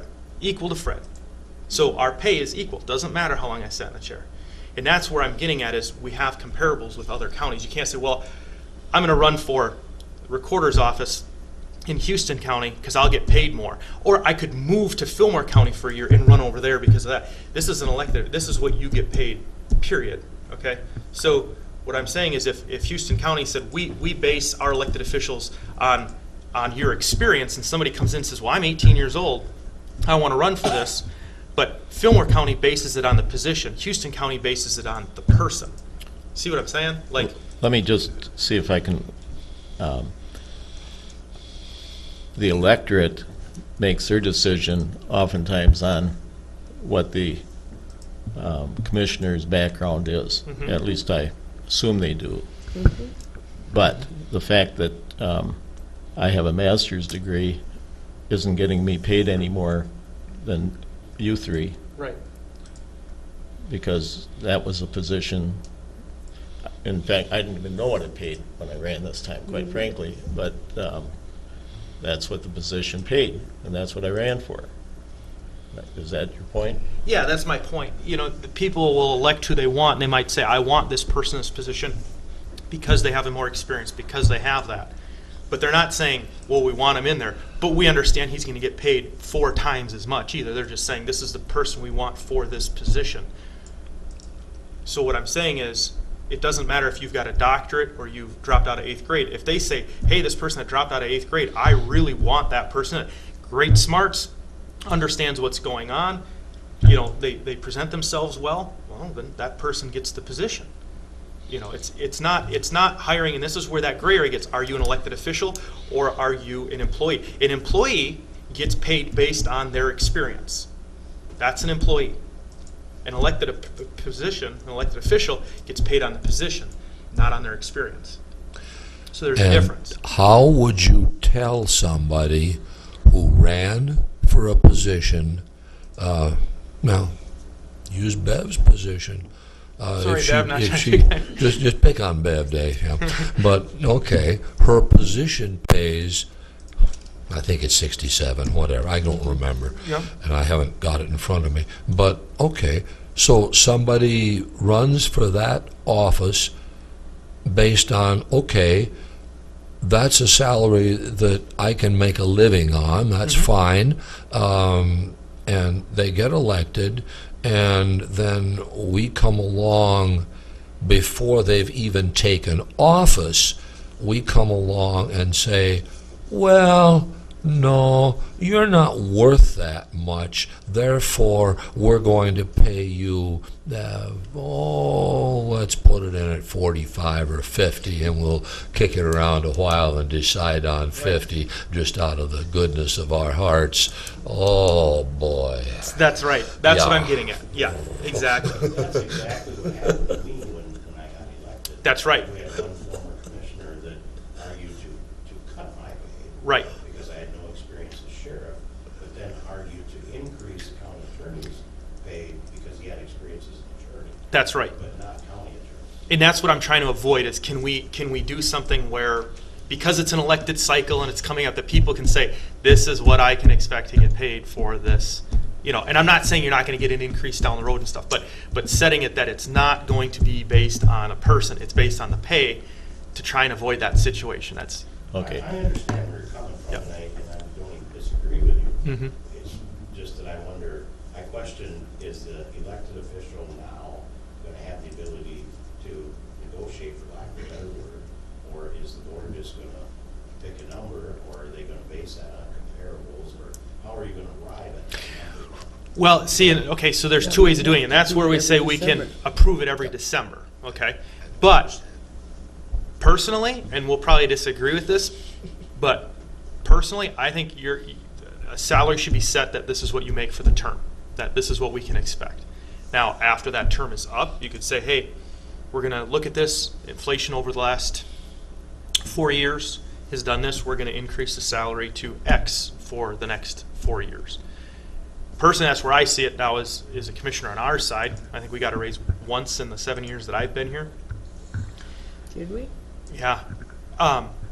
3 years ago, I think. Consider, Justin, that this is a part-time job for you. Well, I understand that, You're but not making your living at it. sure.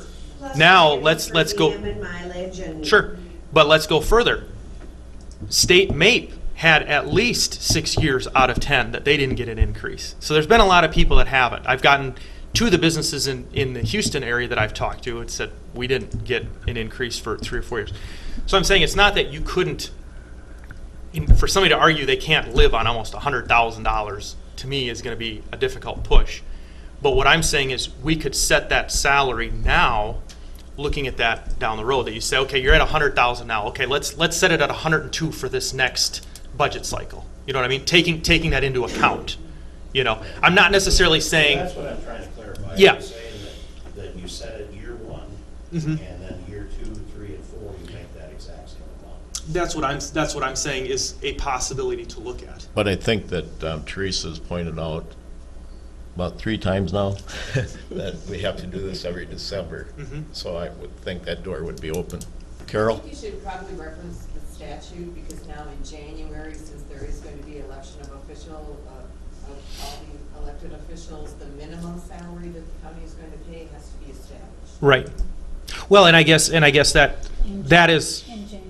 In Yeah. January, that has to be done, but in December of every year, elected officials' salaries have to be set. Yep. Even though you may have decided that it's going to be the same amount, it still has to be approved. And elected officials' salary can't decrease in their term. And I guess that's where I'm getting at is if you set the minimum, you know you're going to make minimum what you're making now.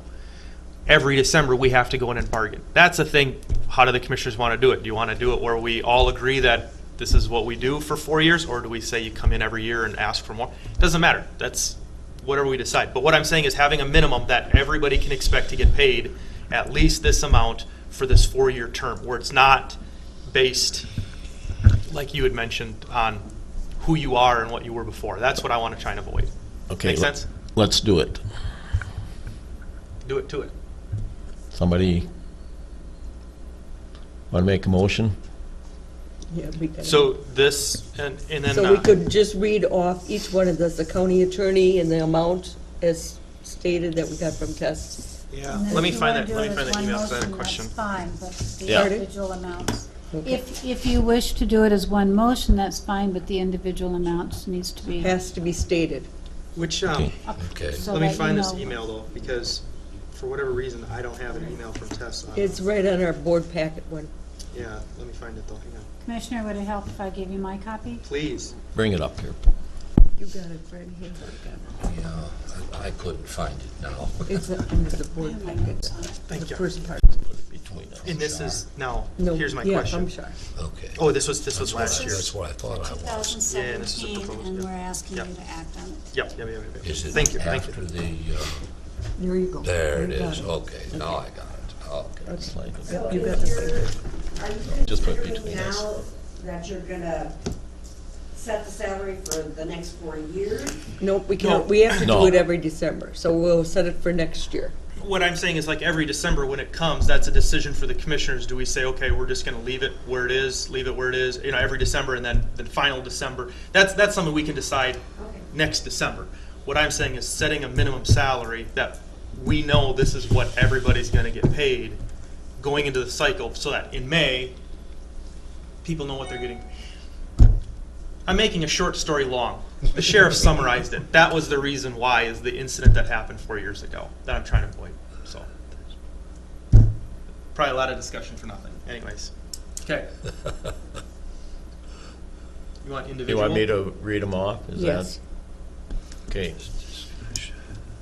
2017 salaries, county attorney, $113,531.54. Sheriff, $98,069.18. Auditor, $79,870.32. Recorder, $67,797. Treasurer, $65,231.14. And commissioners, $19,016.34. That's your motion? That, yeah, right? You're making was the just motion. reading So it I off. was just reading it off. Okay, So, well, you can make a motion. I make a motion that these salaries go forward for 2018. I'll second it. Discussion.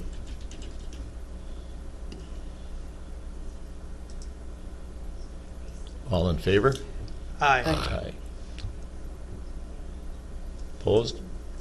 Motion carries. Need this back?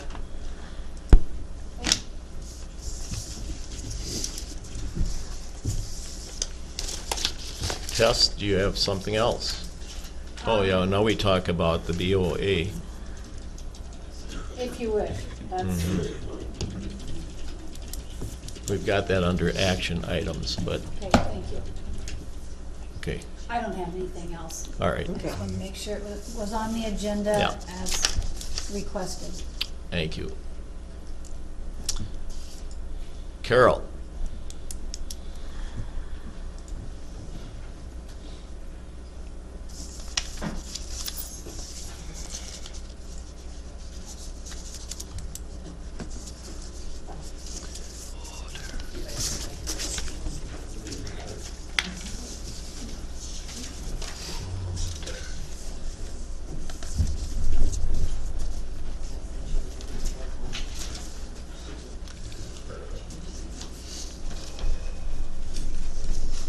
This is the additional budget amendment for recorder's budget. You mean we're missing one? Yes. Actually, I should have sent this last week.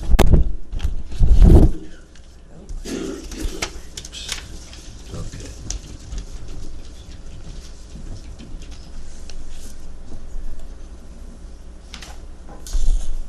So the top sheet of the packet that I sent you shows the items that we kind of have to address. Well, we do have to address them, and we have to address these each year just for financial reporting standards. And we must designate the funds that we will be using next year. And our major funds are our General Revenue Fund, our Road and Bridge Fund, our Human Services Fund, and our non-major fund is our Debt Service Fund. And those must be approved by motion of the board.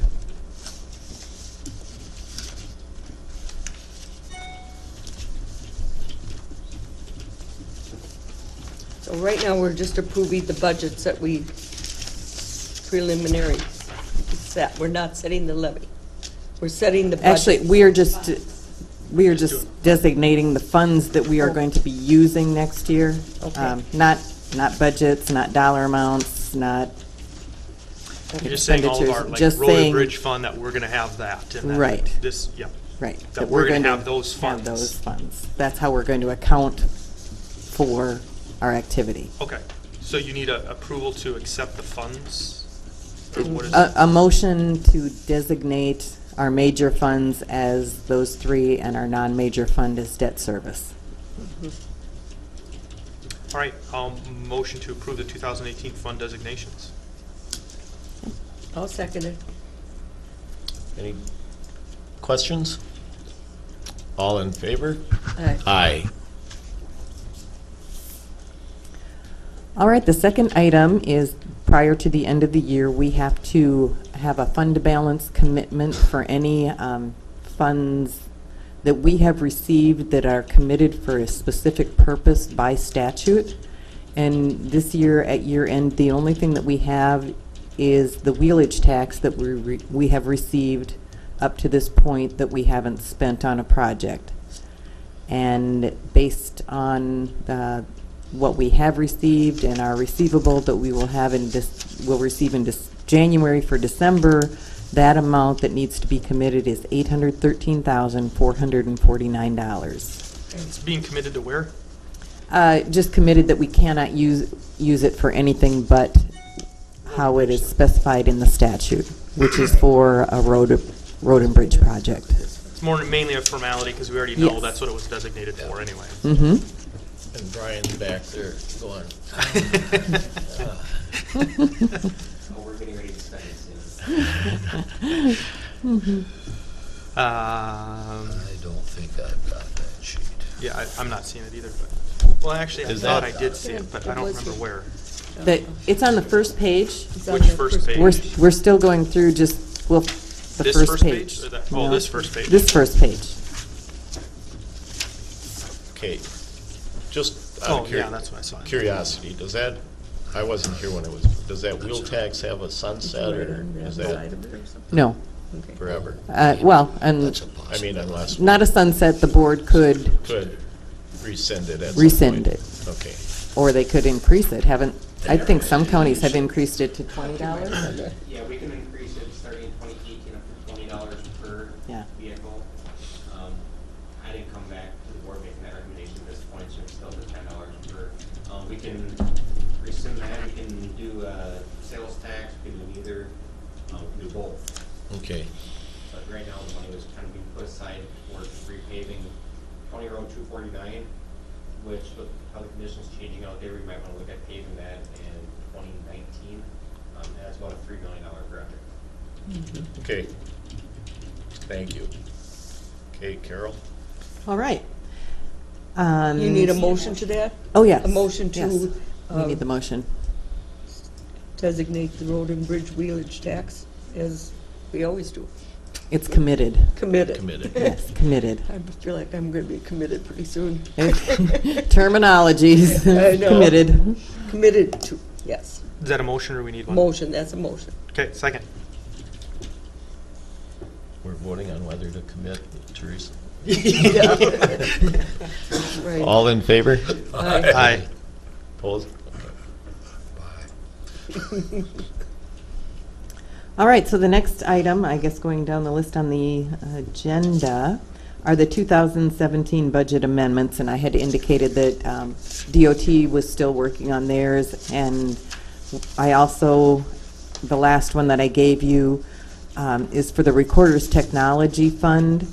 And at the beginning of the year, Bev doesn't actually budget for all of the items that are paid for out of in her department, because we use the technology funds for that. So at the end of the year, then she puts together the amounts that have been spent on the certain approved items from the recorder's technology. So we just put those budget numbers in there so that her budget doesn't look like she's overspent in every line item. Is that computer maintenance for everybody? No. That's, The technology fund is just for the recorder. okay, so that's in your office only? Yeah, I buy my own computers, that doesn't, most offices, Carol, don't they come through, computers go through IT? Mm-hmm. But mine, I pay for. Because But it's a that's certain good indication of our earlier discussion with Andy. I mean, if just your office spent $17,000 on computer maintenance. Yeah. Well, and with Wow. all the software updates and, I mean, it just, well, and I should say too that it comes back to the whole thing. It's not what you buy it for, it's how much does it cost to maintain it. Right. When licensed software licenses, I mean, what I pay just on SolidWorks for my own private, $1,750 just for me personally use SolidWorks every year. I mean, and we've got stuff that's $7,000 a year. I mean, it's stupid money in these software licenses that, Yeah. hey, buy But what are you cheap, gonna but do? We'll catch you on the other side. You know, Yeah. what do you do? What are you going to do? Yeah, if you want to use it. Okay. All right, so those are the budget amendments that I would like to have approved. I'll make a motion to approve the budget amendments. Second. All in favor? Aye.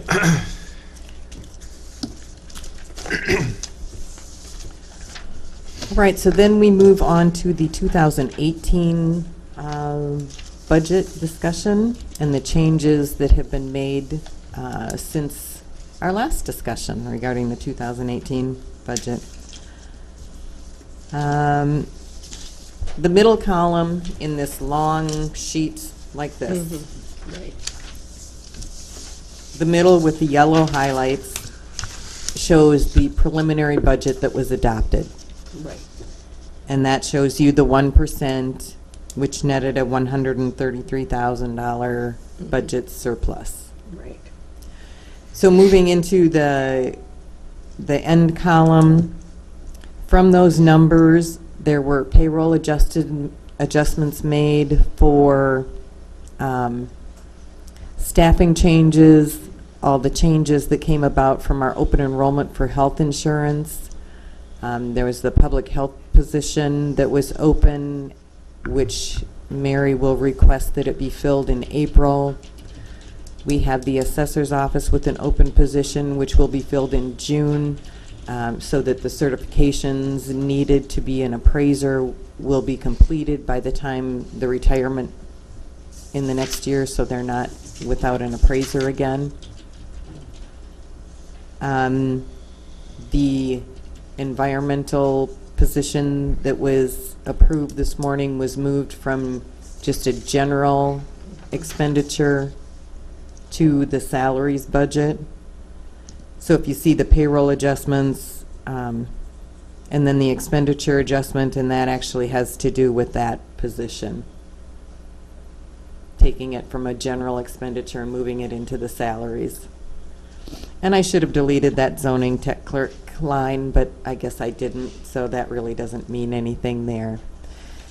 So going through those changes, if the board remained with the 1% levy increase, that would net a $252,928 budget surplus. Now, Scott had asked at one point about, well, do you always do it on a whole number? And the board can increase the budget by any percentage that you would like. So that's why I put in the, if you were to increase the levy by 0.5%, a 0.5% instead of 1%, that shows the budget surplus of $188,222. If the board didn't approve a levy increase, there would still be a $123,516 budget surplus. And a big portion of, or that a big portion of it comes into play with Human Services using $212,000 of their fund balance to bring that down to what they feel is more appropriate to maintain. Just curious, Carol, why do we show a surplus with a negative sign? It's the accounting portion of it. A number to the good is a credit, which is a minus.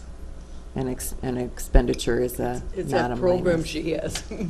You know, it's the opposite of what you do in your checkbook Mhm. in accounting terms. Not in my checkbook, but. Your numbers are all negative in your checkbook. Okay. So that's, and it kind of, you know, maintains the consistency with the reports that you receive that are run from our accounting system, Mhm. because they show revenues as credits, Right. and credits are minus.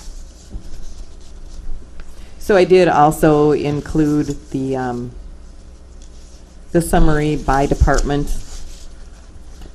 with these new numbers maintained, using the 1% levy increase.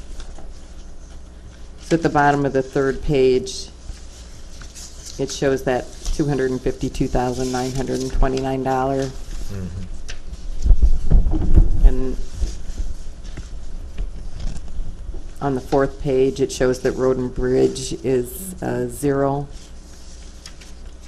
levy increase, or fund balance usage, and Human Services shows the $222,212 fund balance usage. So the bottom line, actually, for the county is a $30,717 Our budget went down, surplus, actually. total surplus. So you need the motion to approve the budget The budget, as. and then, yes. So, The budget itself would be 27,959 minus. The budget would actually be approving, you know, the totals for each of these funds. Right. Okay, and I clarified with Carol this morning, and the rest of you maybe already assumed or knew that, but approving the budget doesn't keep us from adjusting it at any point Right. throughout Right. the It's year. just your So budget. Right. it's, Any give change- us a staffing line to- changes, anything Yeah. like that you would decide to do, you would make a budget amendment. in the budget, approving a budget is not the same as approving the levy. Right, No. right. They are need to be done as two separate motions. So we would need a motion to approve the budget. The budget I as presented. I move that we approve the budget. I'll second it. Any other questions or comments? All in favor? Aye. Can I ask a clarification? Does that include my position in my office? That one was Is removed. that included in the budget? No. It has been removed. Mhm. Thank you.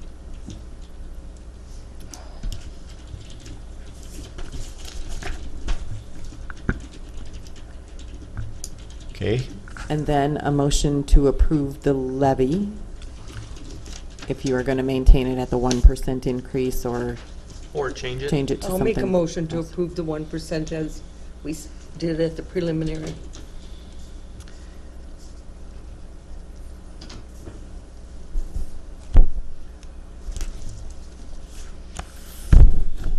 Call for a second. yeah, is there a second? Well, we need a motion out there in order to discuss. She did. I made a And motion she to made the approve the motion. 1%. Oh, yeah. And Yeah. if it's not seconded, we don't have anything to discuss.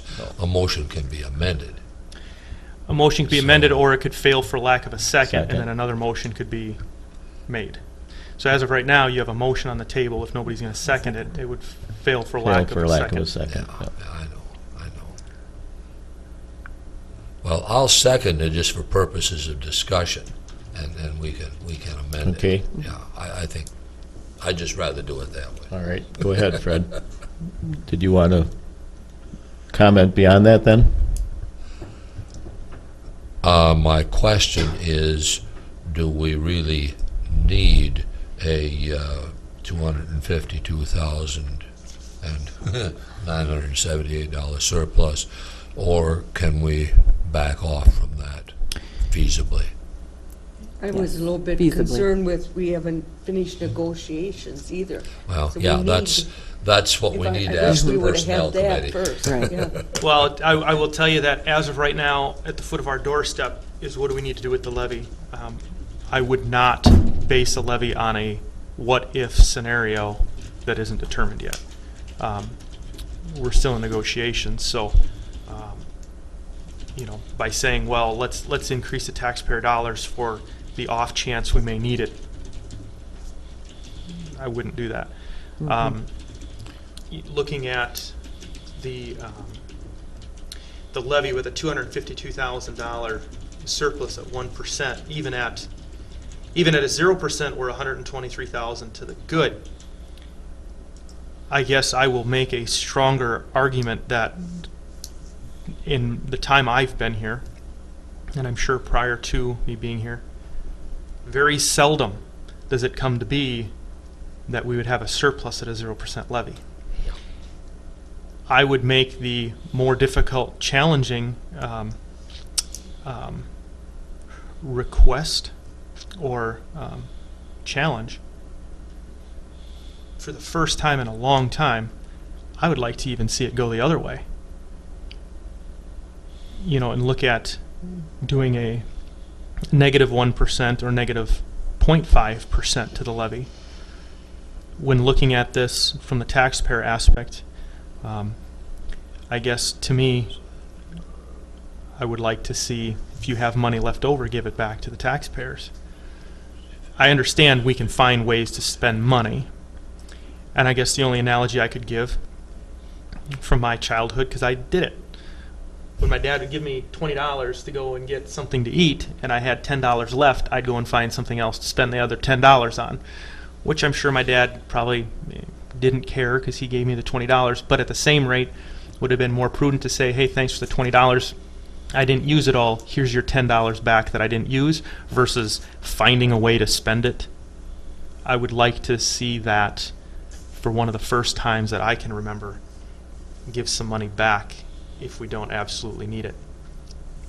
And that's why I would like to see, like I said, 1% negative or a 0.5%. That would be a big challenge, and I would hope maybe some of the people on the board would rise to the challenge and say this is a historic event. This would be fun to do.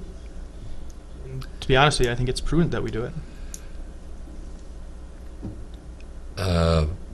Okay, if I did my math right, Carol, for each 0.5%, that makes a difference of roughly 60,000, or is it? It probably 64,706. Okay, Right. thank you. I didn't bother with the last three. I just did it roughly. Right. Okay. So then, what you're saying is that at a 5% reduction in budget, we would 0.5, be yeah. 0.5. down. We'd be down with we'd still have a surplus. It'd be in the general vicinity of 55,000. Mm-hmm. Yep, and that's what I'm saying. Even if we did do a 0.5% reduction, you'd still have 55,000 there. Which, even at that, you know, if we needed money for a position or to buy something, we still have $55,000, and we had a 0.5% Okay. decrease. You know, We have 55,000 on a 29 mil budget total is not Nothing. kind of infinitesimal. Yeah, But yeah, we do it's- have it's most of a negotiations, yeah, position, too, or but, some Well- positions it would cover. Yeah. let me. How do I say this? Boy, I don't think I'll get Well, in we trouble can- saying it, but what I'm saying is we have negotiations, but that should not be our primary focus on setting the levy today in saying, well, what if all of a sudden we come out of negotiations, we argue that they should get $10 million. Well, we blew the, you know what I'm saying? I mean, we don't have that set, therefore we we can't set it based on the what ifs on the negotiation. We have to set it before us today. And to be honest with you, there's some negotiation power depending on what it's set at. But I'm just looking at today, in front of us right now, today, we're looking at a surplus of quite a bit of money that even if we went 0.5% negative, we still have a surplus. And giving that back to the taxpayers, I think, says something. I think the department heads should be commended on doing a great job. Carol, finance, some of the Board of Commissioners and some of the other individuals that have had a hand in the budget to have this budget where it is very, very good. And I'm very pleased, and I think we should. Well, we have done some things over the last year that have contributed to That's that right. situation. Is- Okay. Is there another Can motion? can I amend the motion? Well, the to- first, I think we can just assume the first one failed, so. you Well, Well, yeah, okay, shouldn't- if you want to do it No, that you way, have that's to fine. Pardon? Technically, we got to vote Yeah, or withdraw, okay, but only Teresa can withdraw because she made the motion. okay. Mr. Chairman, which way do you want this done? Do you want to call the question on the previous? Well, we didn't have on a the second, motion so on we the can't. floor? Fred seconded it. Yeah. Oh, do you, Yeah. I'm sorry, Yeah, you I did seconded too. it, Yeah. yes. Yeah, call the Now- question then. Okay, we'll All call a question on that. Roll call. District 1, And a no would be voting to, against a 1% levy. no. District 2, No. District 3, absent. District 4, Yes. District 5. I'll go no on that. Motion failed. All right, I will move that we set the levy at a 0.5% reduction. Is there a second? Yeah, I'll second that. Okay, discussion.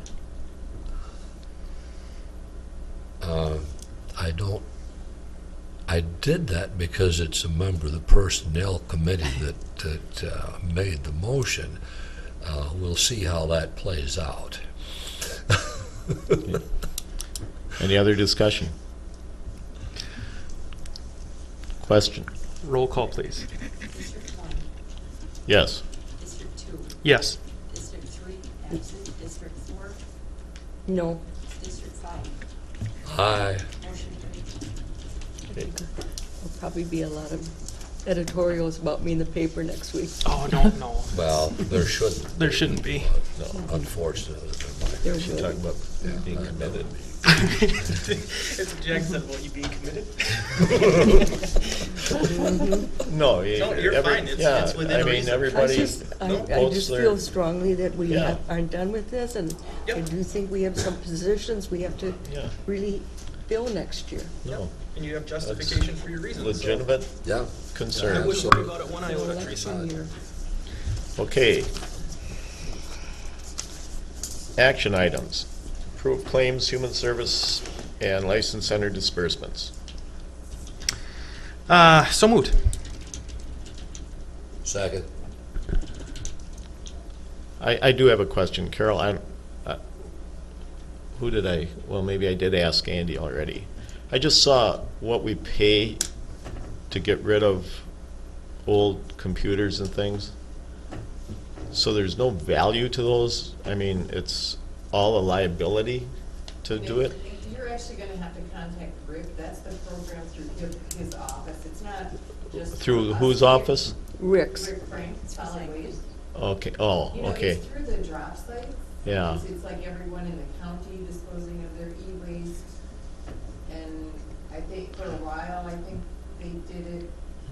well, I'm just seeing this dynamic recycling burgeoning.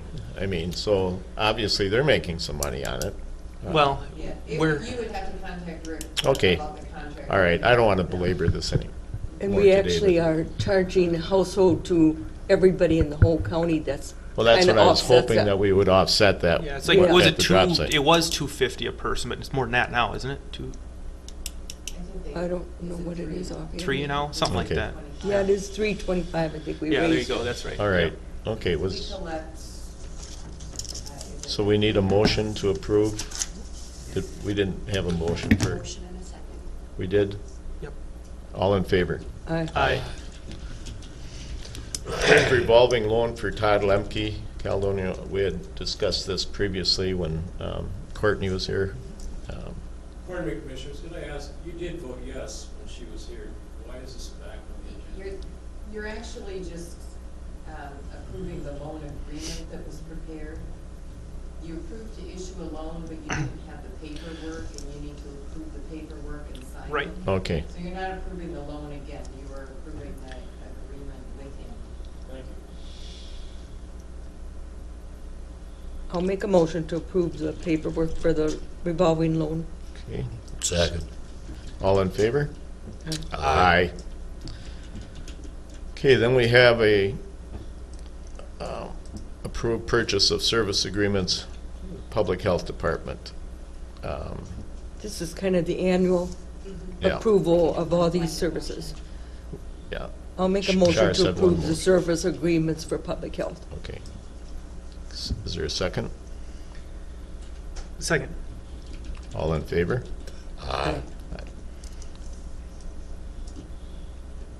Okay, approved BOA policy. I think it looks like what we talked about. Yeah, I move approval. I'll second it.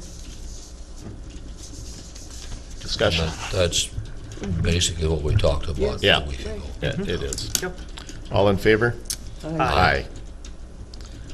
Okay. Consent agenda, have none. Discussion items, commissioner reports and comments. Fred? The one thing that I would report on is the discussion that we had with the Extension Office and the Vet Service Office last week. And there was some discussion there. Those folks are a little nervous. The Vet Service Office would like to have a little bit more coverage. He'd actually like to have quite a bit more coverage in his area as far as basically secretarial help. And the Extension Office has a person right there. The Vet Service Office has a half-time now. You're aware of that. Mm-hmm. And he would like to increase that to full-time. And the justification for it, we said no to that proposal. And so then it's, I really do need some more help. Can we at least get some help with people coming in from the Extension Office? And there's some cooperation there. And so we agreed on a trial basis to be monitored on a monthly basis by the people involved. We agreed to on a trial basis, or they agreed on a trial basis to have that, to basically Kelly's position then, be shared to a certain extent with the Vet Service Office. Basically, it will be just when somebody comes in and neither the vet service officer nor his secretary are there, just a matter of getting the materials to the person coming in that they need to go further in the process. Just a receptionist type situation, which we hadn't had before. She could just say, well, there's nobody here from the vet service office. You'll have to come back tomorrow or next week or whatever. She can give them, will be able to give them the materials that they need to follow through on whatever their concern is. Yeah, I had a discussion with Tess, who was at the meeting with Fred, and sounds like a solution may very well be. It's a trial basis, will be monitored. So I like the approach. So, yeah. Anything else? That's all I've got. Teresa? I had a family collaborative meeting with the superintendents from the 4 school districts and Houston, Caledonia, Spring Grove, and La Crescent last Wednesday afternoon, and it's mainly because we do get funding, but the state has cut it from $150,000 down to about $80,000, along with most of their cuts. but it's a discussion how it can be used, and a lot of it was brought up about there's a real problem with mental health issues, especially among elementary kids. There's a big increase in schools with children that have mental health issues. So they're hoping to use the money, find out avenues that they can do some more training for teachers, or if they can get social workers in there or something, because it's just way out of proportion. It was really an eye-opening meeting. I didn't realize it was quite as bad as what they described. But it was a good meeting. Thank you. We're going to meet again in January. Justin? Nothing, just wanted to clarify that vote that we took for the airport, I was on the aye side of that. I kind of said it late when Jack was saying opposed. I just wanted to clarify for the record that wasn't an opposed, we kind of overlapped there. But with that being said, looking down the road on that, I think that's something that the board, I'd like to look at, kind of maybe our view on what we want to do out there, because there are some underlying issues as far as putting together kind of a long-term goal. I think there are still some improvements we can do out there. May cost some money, but not a ton of money. That's what went wrong in 2005. Exactly. It just got completely out of control. That's right. And so it just Yep. shovel this under the table and forget about it. That's right, Fred. That's what we want to avoid. That's right. Yeah. Yeah.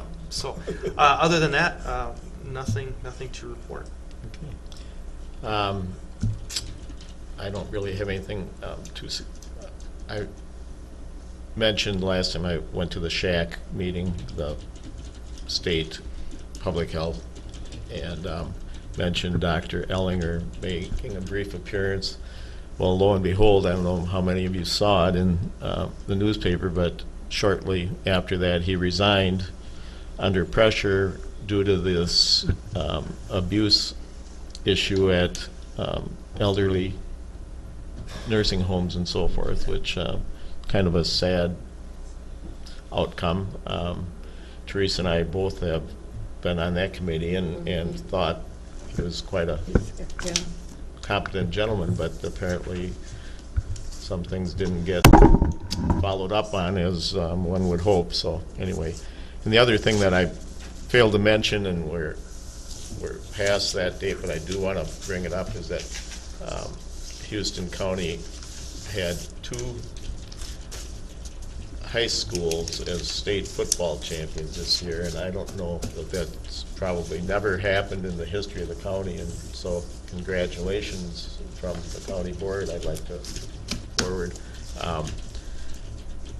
Sometimes I feel that it's unfortunate that we praise athletic teams and maybe the academic side doesn't get near the publicity, but these types of things, like with the football teams, do encompass entire communities. You know, it's like, who's shutting the lights off in Caledonia? You know, everybody's gone to the game, but quite an accomplishment.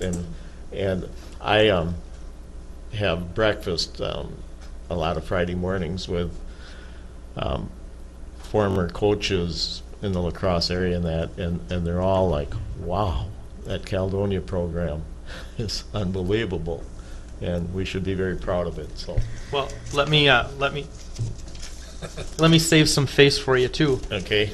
Caledonia School, if I'm not mistaken, too, academically was considered one of the top in the state. So on an academic side, congratulations to them. Yeah, I saw that. And I know Houston is up there quite a bit too. So yeah, there's a nice that big banner out by the road. The event center. So we got recognition from both. So we're good. Good. We're good. Last quick thing. I should have brought this up, and I know I was kind of confusing things. The whole thing with the elected officials, I think the board needs to, or I would like to see the board maybe make a commitment on going into next December. All I was trying to get about was going into next December, having the board committed, how are we going to evaluate or assess elected officials' pay? Is it something that the board says we'll do it once every 4 years, we'll just rubber stamp it for 4 years that this is where it's going to be, or is it going to be we come in every year and ask for more? But I just want the board to be clear that we're not going to base pay based on the person, and it's solely based on the position.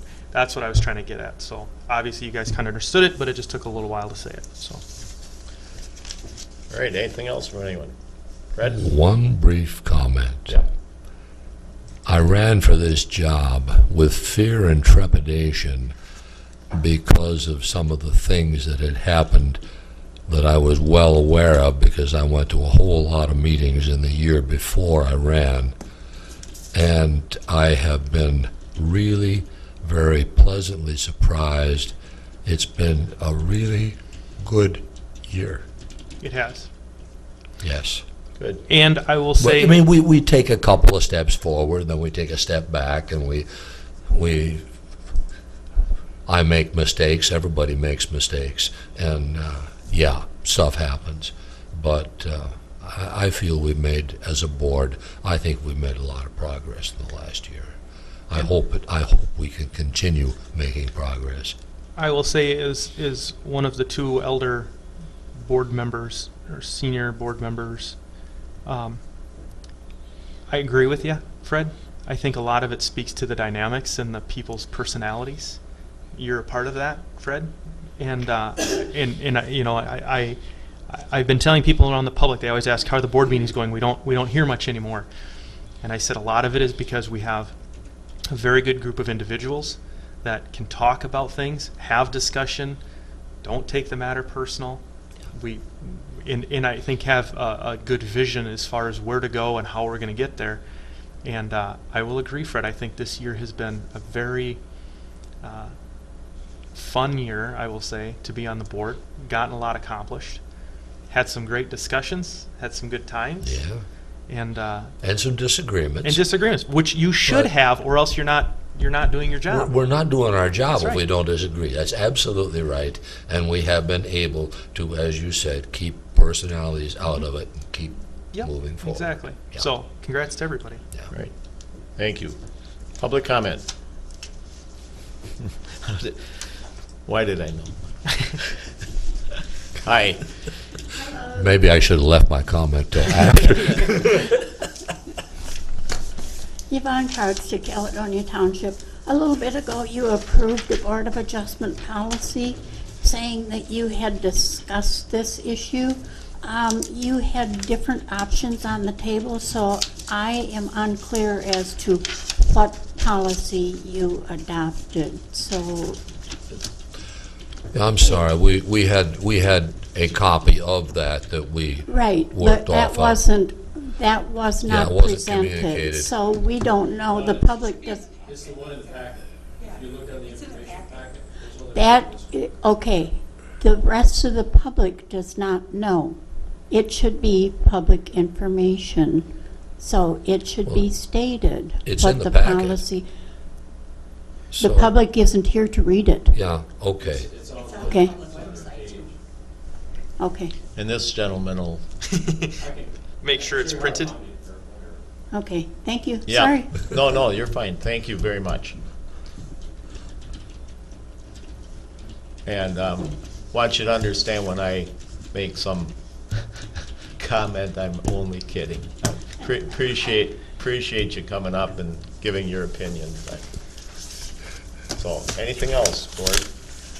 Move adjournment. Second. All in favor? Aye. Aye.